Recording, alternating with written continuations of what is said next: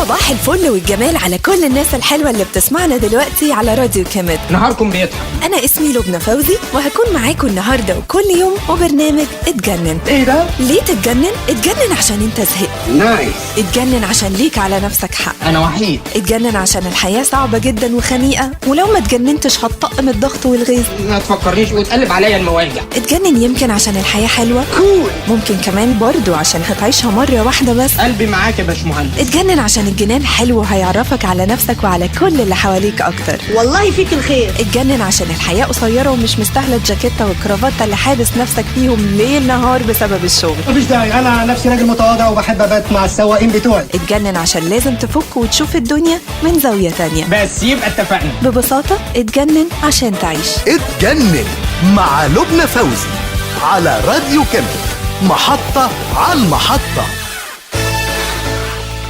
يا صباح الفل والجمال على كل الناس الحلوة اللي بتسمعنا دلوقتي على راديو كامت. أنا اسمي لبنى فوزي وهكون معاكم النهاردة وكل يوم وبرنامج اتجنن على الصبح كده. أيوة على الصبح كده.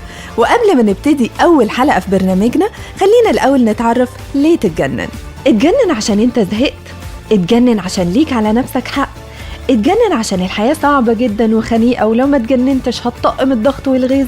اتجنن عشان الحياة حلوة، وممكن كمان تتجنن عشان هتعيشها مرة واحدة بس. اتجنن عشان الجنان حلو وهيعرفك على نفسك وعلى كل اللي حواليك أكتر. اتجنن عشان الحياة قصيرة ومش مستاهلة الجاكيتة والكرافته اللي حابس نفسك فيهم ليل نهار بسبب الشغل. اتجنن عشان لازم تفك وتشوف الدنيا من زاوية تانية. ببساطة اتجنن عشان تعيش. لما الدنيا بتقفل علينا قوي زي ما بتعمل دايما يعني لازم نواجهها. طيب هنواجهها ازاي؟ نواجهها مثلا باننا نكسر روتينها. طيب هنكسر روتينها ازاي؟ بحاجات كتير جدا. يعني مثلا خلينا نبتدي بالتأمل. حاول ترجع تبص حواليك تاني وتاخد بالك من كل التفاصيل ومن الناس اللي حواليك اللي انت مقصر معاهم او ناس لسه متعرف عليهم جديد وممكن الزمن يكون مخبلكم صداقة عمر. ممكن كمان نكسره بالمفاجأة. فاجئ نفسك بحاجة حلوة. فاجئ اللي حواليك بحاجة صغيرة. لو مش قادر مثلا تفرح نفسك حاول تفرح اللي حواليك، وصدقني بجد هتفرح بفرحتهم وهتتفاجئ بنفسك جدا. ممكن كمان نغلبه بالضحك. ما تبطلش تضحك وتضحك اللي حواليك برضو. اضحك من قلبك، اضحك بصوت، اضحك بجد. لما الدنيا بتقفل علينا قوي زي ما بتعمل دايما يعني لازم نواجهها. طيب نواجهها ازاي؟ نواجهها مثلا باننا نكسر روتينها. طيب هنكسر روتينها ازاي؟ بحاجات كتير. يعني مثلا التأمل. حاول ترجع تبص حواليك تاني وتاخد بالك من كل التفاصيل ومن الناس اللي حواليك اللي انت مقصر معاهم او ناس لسه متعرف عليهم جديد وممكن الزمن يكون مخبلكم صداقة عمر. ممكن كمان نكسره بالمفاجأة. فاجئ نفسك. فاجئ اللي حواليك بحاجة صغيرة. لو مش قادر تفرح نفسك حاول تفرح اللي حواليك، وصدقني هتفرح بجد.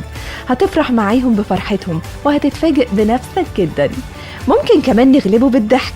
ما تبطلش تضحك وتضحك اللي حواليك. اضحك من قلبك، اضحك بصوت، اضحك بجد. أكبر كسر الروتين هو إنك تتجنن. فاتجنن، صدقني هتفرق معاك. إزاي؟ دي بتاعتنا احنا بقى. كل حلقة هنقولك على فكرة جديدة تتجنن بيها وتكسر روتين يومك. بس خلينا متفقين الأول على حاجة صغيرة، إن السعادة قرار، فأنت عليك القرار وإحنا علينا نساعدك تنفذه. يعني إحنا هنعمل إيه دلوقتي؟ من دلوقتي للحلقة الجاية راجع نفسك واتفق معاها إنك هتسعدها ووعدها إنك هتتجنن، واستنانا الحلقة الجاية نقولك تتجنن إزاي مع لبنى فوزي. كنتم مع اتجنن مع لبنى فوزي على راديو كامت، محطة على المحطة. راديو كامت، راديو كامت، محطة على المحطة. محطة على المحطة.